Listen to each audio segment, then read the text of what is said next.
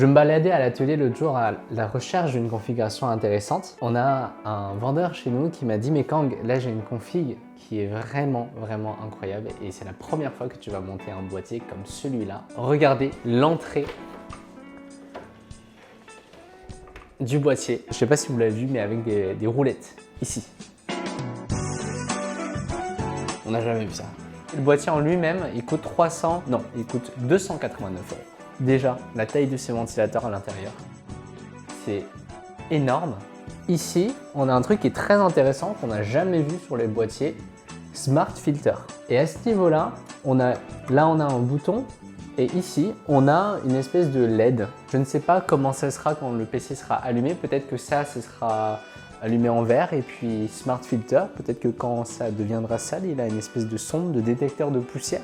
On a un support de carte graphique ici qui est intégré par défaut. Là, si on se rapproche un peu, on voit qu'on a un bouton de contrôle de ventilateur. Ça, c'est pas nouveau, c'est présent déjà sur les boîtiers de Be Quiet, le 802, qui a cette fonctionnalité-là. Et puis, on a aussi un bouton lock. En fait, c'est pour bloquer le bouton démarrer. Est-ce qu'il y a des gens, sans faire exprès, qui éteignent leur ordinateur en faisant autre chose? Moi, ça m'est déjà arrivé. Ça m'est déjà arrivé parce que je mets mon pied sur mon PC. Et en fait, ce boîtier, vous imaginez bien que de son aspect hyper sobre, la cible de ce boîtier, ce ne sont pas les joueurs. Ça va être les utilisateurs professionnels. Et donc, ce bouton lock du bouton démarrer, ça peut être aussi quelque chose un peu plus safe pour les professionnels. C'est des éoliennes, les trucs. Je vais vous présenter rapidement quelques composants pour voir ce qu'on a dans la config. Mais le plus intéressant, c'est ce boîtier et j'ai bien envie de le voir allumé pour voir s'il y a des LED qui s'allument au niveau du filtre à poussière. On fait rapidement un tour de l'arrière de ce boîtier parce qu'il y a aussi des éléments qui sont très intéressants. D'ailleurs, pourquoi je le soulève? J'ai trop l'habitude de soulever les boîtiers alors que je peux tout simplement faire ça. On a la possibilité d'accéder à la carte mère, un contrôleur de ventilateur. Donc on a la possibilité d'en brancher plusieurs. Le nombre de disques durs que tu peux mettre là-dedans. Du coup, si on met des HDD, il y en a 1, 2, 3, 4 emplacements. Si on met des SSD au total, ça nous fait 8 emplacements. C'est énorme. Je vous propose qu'on commence le montage. On y va. Très rapidement pour que vous sachiez où est-ce qu'on va aller avec ce boîtier.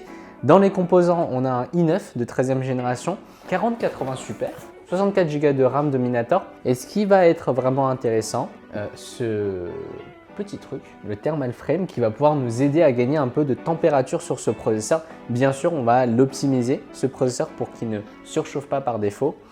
Et puis le refroidissement qui est juste là-bas, que vous ne voyez pas, c'est un modèle de 360 mm de Deepcool.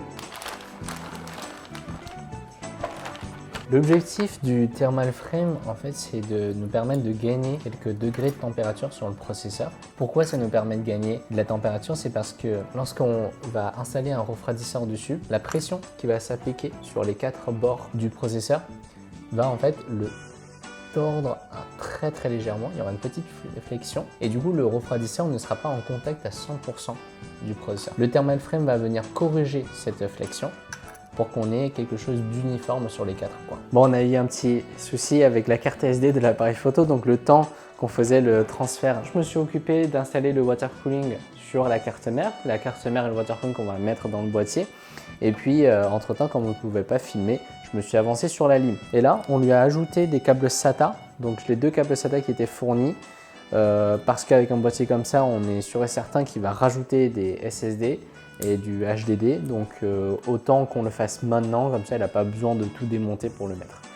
Ça va juste être un tout petit peu plus compliqué pour le câble management, mais on a quand même de l'espace là-dedans. Non, c'est pas comme ça. Ah, ça passe de l'autre côté. Une vis là, et qui va venir détacher le cache à lime. Et hop là! Voilà, maintenant on a un accès à la cage d'alimentation et elle paraît toute petite. On pourrait même mettre celle-là. C'est fait pour en vrai.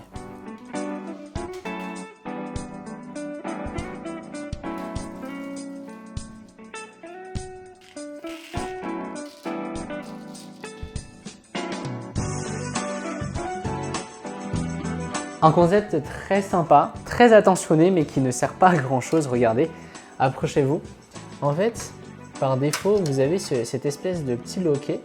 Et certains l'ont déjà compris, en fait ça permet de fixer la carte graphique sans avoir besoin de visser les vis là. Ce mécanisme, voilà, qui s'ouvre, qui se ferme, et puis après on visse pour maintenir la carte. Quand on prend notre carte graphique et qu'on veut l'insérer dans notre carte mère, regardez cet espace qui ne sert à rien. Parce que notre carte graphique, elle commence à l'emplacement slot numéro 2. On va démarrer l'ordinateur pour la première fois.